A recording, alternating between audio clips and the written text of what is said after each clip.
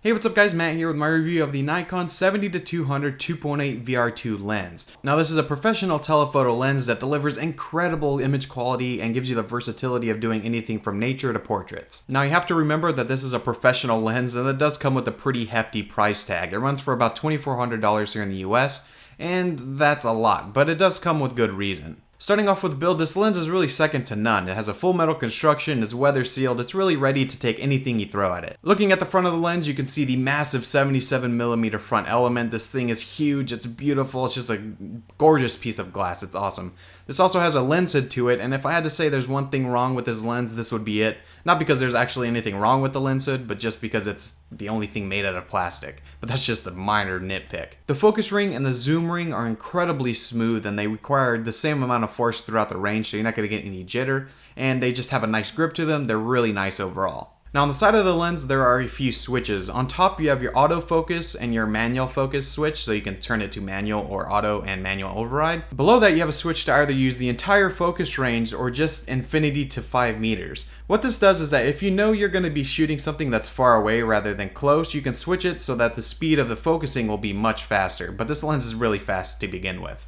Below that we have the VR controls, which is vibration reduction. So the first one is just a simple on or off switch to turn it on or off. And below that you have a setting from normal VR and active VR. Normal is just, from what I understand, a side to side motion, and active will stop any motion up, down, side, side. Now below that you have the tripod collar, and what this is that because this lens is so heavy, you don't want to be mounting this on a tripod with the body. You want to do it on the lens so that it's more balanced and doesn't break off your camera. This also allows you to pivot your camera from portrait to landscape very easily. It's very smooth and you can lock it in so it's not going to move on you. Now if you want to take off the little foot on the bottom that connects to the tripod, you can, but you're still going to have the collar there, so I just like to leave it on. On the very back you have a metal mount, of course, so it's not going to break on you, and you have the gasket because it is weather sealed. Now like I said, the focus on this lens is great. It's extremely tack sharp. Every single shot I got was sharp, and if it wasn't sharp, it was my fault. It was either because I was moving too much or I just did something wrong with the shutter speed.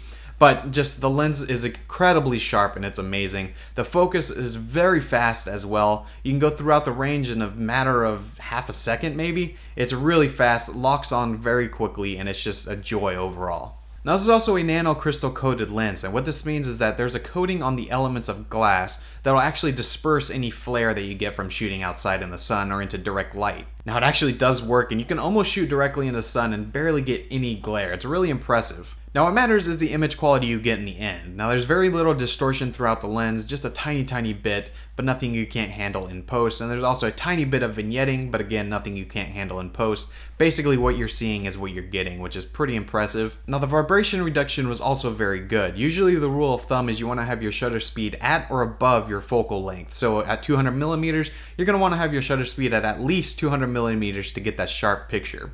But with vibration reduction, I was easily able to get at 1/100th of a second shutter speed and still have perfectly sharp pictures. It was really impressive. Now this is also a 2.8 lens throughout, so the aperture is not going to change on you when you zoom. It's going to say 2.8 constant throughout the entire focal range, which is great. The depth of field and low light you get from this is great. The bokeh is silky smooth, it looks incredible, and it's just a joy to look at. So overall, it's pretty clear that this is an amazing lens, and if you're in the market for something like this and you can afford it, then definitely go for it. You won't be disappointed at all. Now like I said, this lens retails for $2,400, and now you can find it places for cheaper, or you can buy one used. But if you're in the market for a lens like this, you're going to have to expect that you're going to spend some money on it, but it's well worth it in the end. Anyways, I hope you enjoyed my review of the Nikon 70-200 2.8 VR2. If you did, make sure you guys give it a thumbs up, and if you want to see more content like this, be sure to hit subscribe so you can see when it's uploaded. Like I said, I'm Matt, and I'll see you guys in my next video.